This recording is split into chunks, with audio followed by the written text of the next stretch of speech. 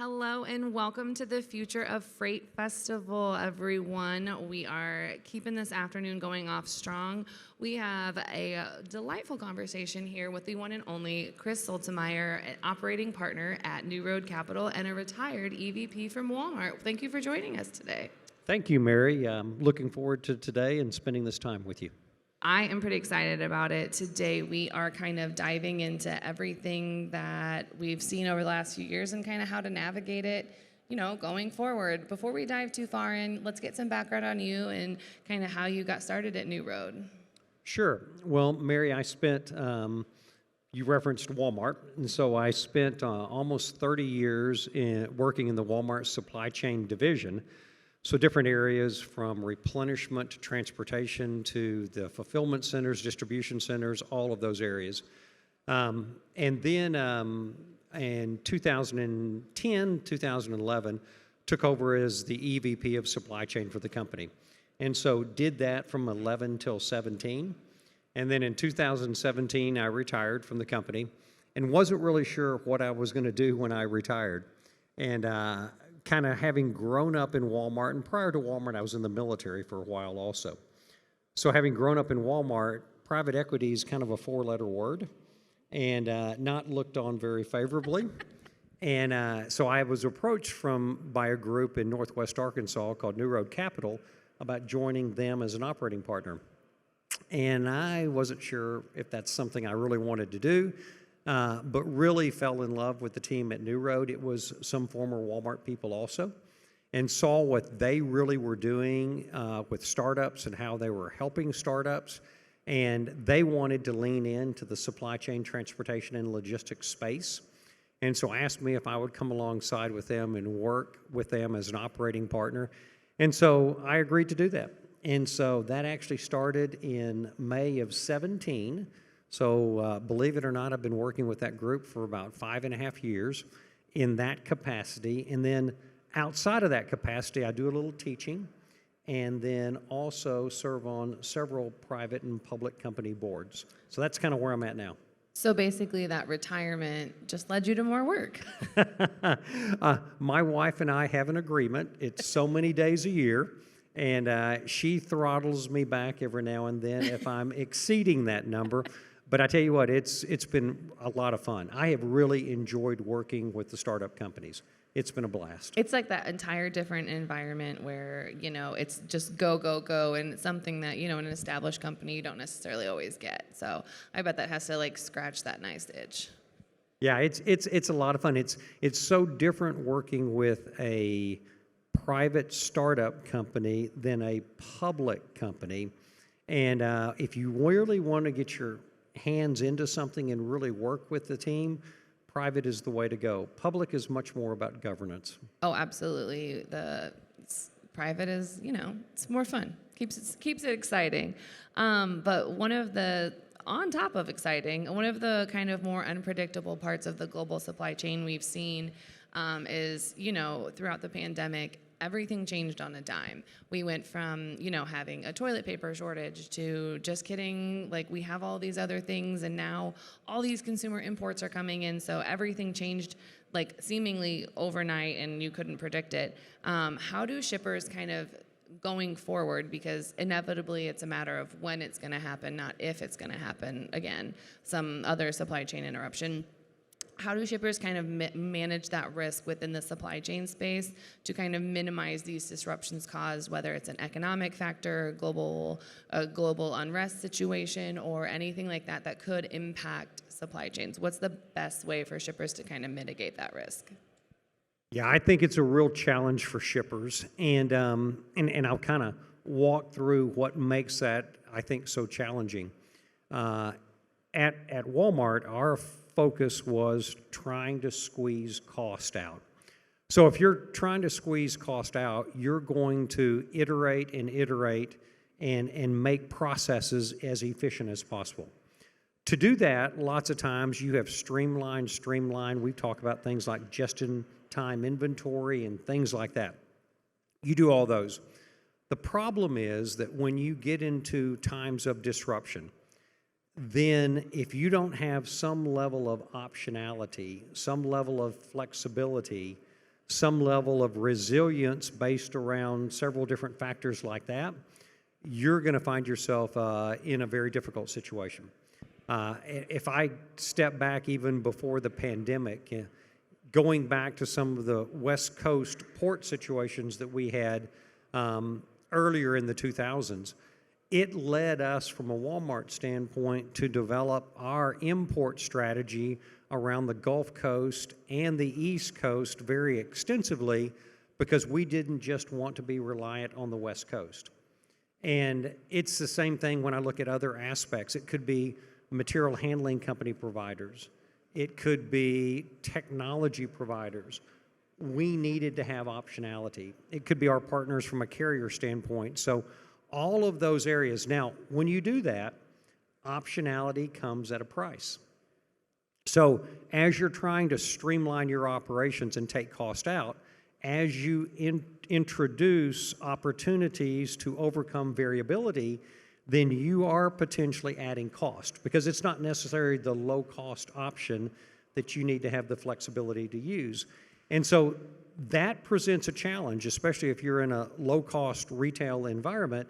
You're introducing changes that cost more than the norm.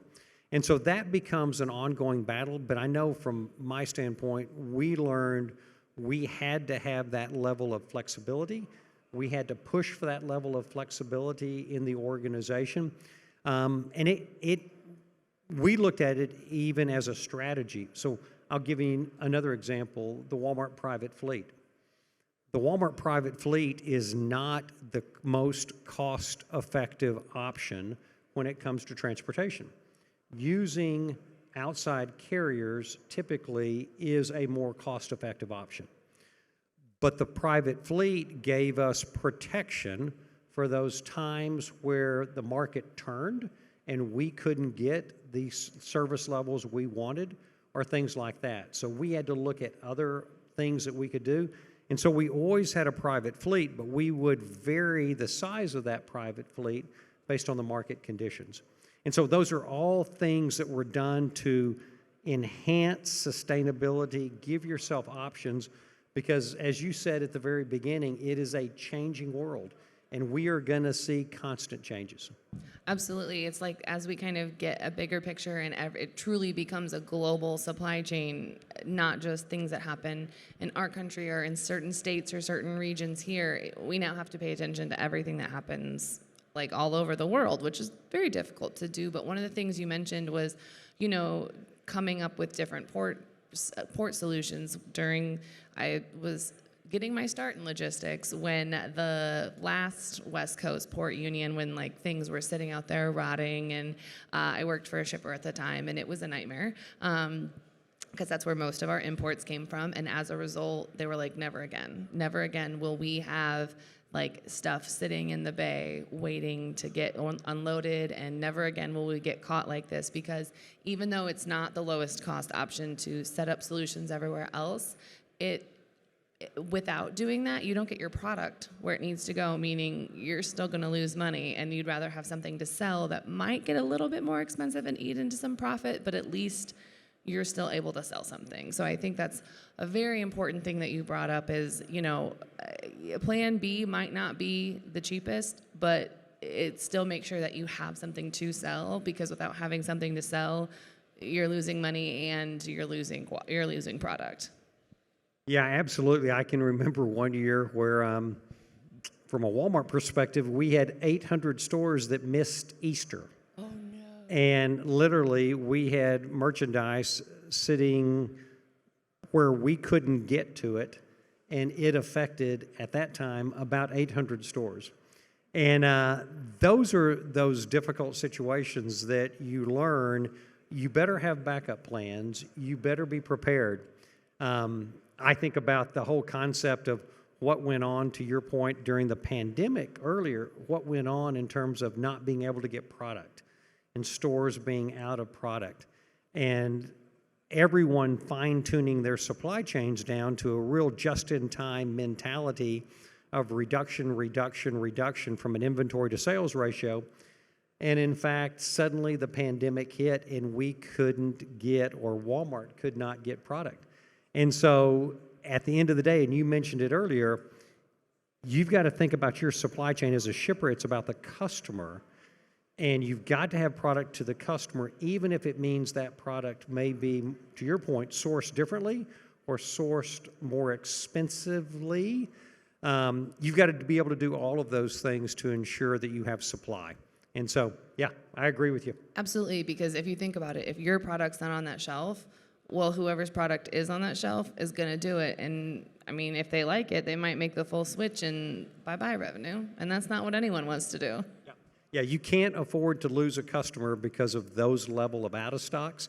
And you, as a supply chain practitioner, have to realize that even though it may cost you a little bit more, you've got to ensure the service and that the service is there. So those things are just absolutely critical. So the underlying theme that we've all kind of danced around today in various fireside chats or other conversations we've had in the hall is, you know, it is a tough economic environment. That's not a secret, and everybody feels it in one way or another. And so one of the things that, you know, shippers, carriers, everyone out there alike is wondering is, what are some of those key things that I need to think about and I need to plan for going into 2024, where I should expect to still be in a tight economic environment? So what are some of those kind of challenges, and what are the easiest way to, I don't want to say the easiest way, but the best way to kind of overcome some of those challenges in the tough economic environment? Yeah, I think it depends on who you are. So let me give you an example. For a low-cost retailer right now, this is actually a good economic situation. Because consumers tend to go down market in difficult, tough economic situations. So many of the low-cost, a lot of the dollar stores and the low-cost retailers, this is actually not a bad market, okay? So from their perspective, it's not a difficult, it's a challenging situation, but it's a situation that they can capitalize on. I think about it similarly from a carrier perspective. There are carriers out there right now that are actually investing in service and doing things like that that are going to help them as we come out of this economic environment. They're going to be in a much stronger position. I think about it also from the standpoint of some of the startup companies I work with. I mean, everyone's focused on right now that we need to manage cash, we need to be sensitive to the environment, we need to be respectful of our customers and what our customers are going through right now. So everyone's looking at it, I think, from a little bit different lens. I was real interested this morning. We heard on stage some comments of what we're seeing right now from an ocean freight standpoint, and we're seeing ocean freight from an import side starting to pick up a little bit. Mm-hmm. And so I know transportation tends to lead a market turn. Mm-hmm. And one of the things that leads a transportation effect is what's going on at the ports. And so if we are seeing a pickup at the port and that whole situation, then that lends itself to an improvement in, I think, what we're going to see from the standpoint of freight movement. And that whole area of freight movement affects just about every person at this conference. I mean, I personally could not be happier about the potential of increased freight and, a rebound in an economic climate. I think it can't come soon enough, but I know that me just wishing and hoping is not enough for it to come. So I like that you kind of have those leading indicators and things to watch out for, to be mindful of, to know like, okay, well, you only have to buy yourself a little bit more time. Speaking of buying ourselves time, we are running out of time today, but if anyone has any questions on, your thoughts on what's going to happen in 2024 or, questions they might have as a startup, where can they find you outside the show? I am here in Chattanooga and will be around the conference, so I'm here in person. Awesome, and I believe you guys have a booth down the hall as well, so if you can't find Chris, the NewRoad Capital booth is right down the hall. Thank you so much for joining us today. Mary, I really appreciate being with you and having an opportunity to visit. It was a blast. Thank you so much.